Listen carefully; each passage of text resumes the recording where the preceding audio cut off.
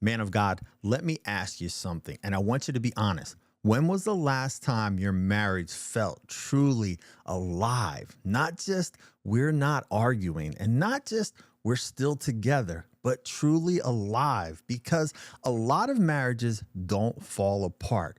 They just dry out.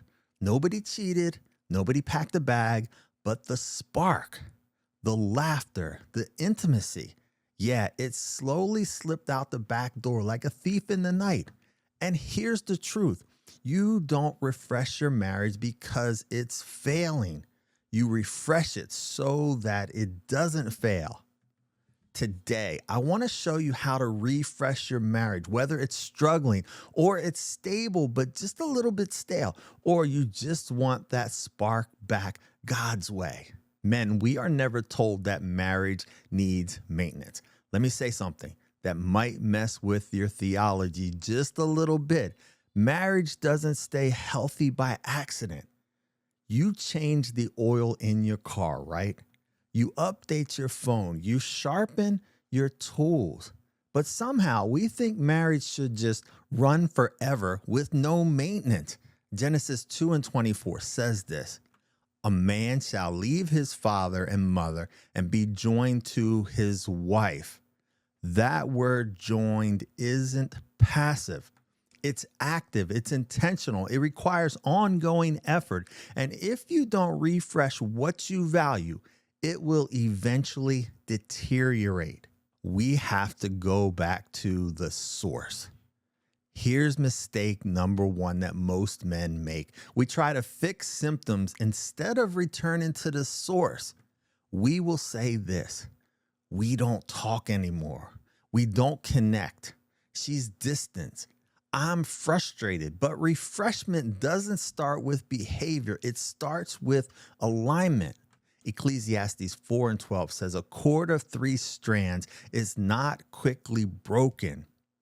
That is you, that is her, and that is God. Let me ask you this: when was the last time that God was actively involved in your marriage, not just invited to the wedding? Refreshing your marriage starts by inviting God back into your conversations, your decisions, your priorities, not as a guest, but as the foundation. Recently, my wife and I have discovered that having conversations about God and the scripture that we have read separately, by us coming together, we found that it is just enhancing our relationship, and it just takes our conversations and our intimacy to another level. Men, make God a priority in your marriage. Also, we need to lead with intentionality, not reactivity. Men, hear me very clearly on this. Passivity is a marriage killer. Not aggression, not mistakes, passivity. A lot of husbands aren't bad men at all. They're just on autopilot. Ephesians 5:25 says this: husbands, love your wives, just as Christ loved the church. Christ didn't love the church reactively. He loved intentionally. Refreshing your marriage means asking questions like this: what does my wife need now? How can I pursue her again? Where have I checked out emotionally? These are questions that need to be asked and answered by you. Here is a simple test. Are you leading your marriage or just responding when there's a problem? Because there's a difference in leading your marriage and being proactive rather than being reactive to when a problem occurs. Man of God, we have to rekindle the friendship before the romance. Most of us, we started out as friends, as great friends before we got married. I know one of the core elements in my relationship with my wife is our friendship. Friendship. You were friends before you became intimate. You were friends before the romance. You were friends before the marriage. Let me free somebody real quick. You don't lose romance first. You lose the friendship first. Song of Solomon didn't start with passion. It started with pursuit and delight. Somewhere along the way, couples stopped laughing together. You stopped dreaming together. You stopped talking about an agenda. When was the last time you shared a joke together? When was the last time you shared your dreams, your goals with your spouse? When was the last time you all talked about an agenda? This is going to make a difference in your marriage. You became roommates. You became roommates with a shared calendar. Refreshing your marriage might look like this. Dating again. Just being roommates, sharing a calendar is not the way God intended your marriage to be. Refreshing your marriage needs to happen. It may look like this. It may mean dating again. Yes, real dates. When was the last time you went on a date with your wife? It also might mean talking without phones. When was the last time that happened? When you had conversations and you didn't have all of this outside influence. It looks like asking questions that you haven't asked in years. When was the last time you had those conversations? Remember when you first started dating and you would talk on the phone for hours? You'd get to the point where you'd say to each other, oh, you hang up. No, you hang up first. Remember those days, those joyful days, just asking and getting to know each other. We have to return to that. Proverbs 17:22 says this: a joyful heart is good medicine. Joy brings life back into dry places. That laughter, that joy is going to bring back life into your marriage.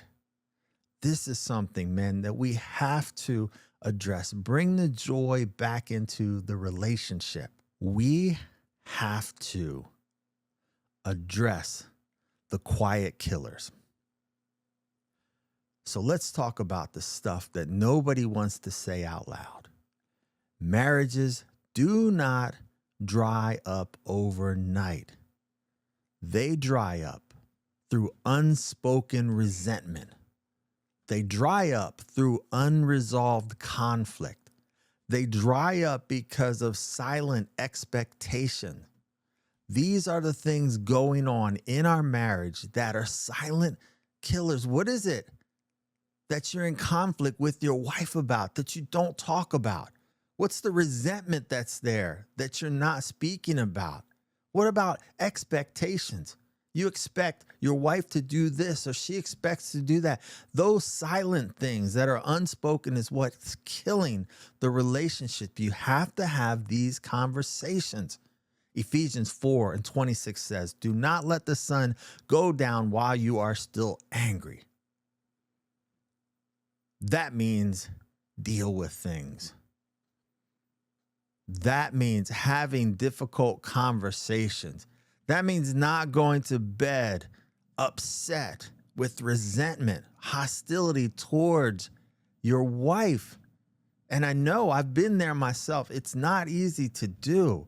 We have to resolve those things. We have to get out that anger before we go to bed at night. Yeah, I know the conversation might not be complete, but at least come to a conclusion that we will finish this in the morning, but tonight, my wife, I love you. Refreshing your marriage might mean this: having those hard conversations, having them and owning your part. What part did you play into that hard conversation or that hostility? What part did you play in that? You have to own that. It means apologizing without defending yourself. Yes, we all like to defend ourselves, but this cannot be the norm. And yes, men, sometimes leadership looks like you saying this: I was wrong. I'm sorry. I need to do better, and I will do better. Please forgive me. That is not weakness.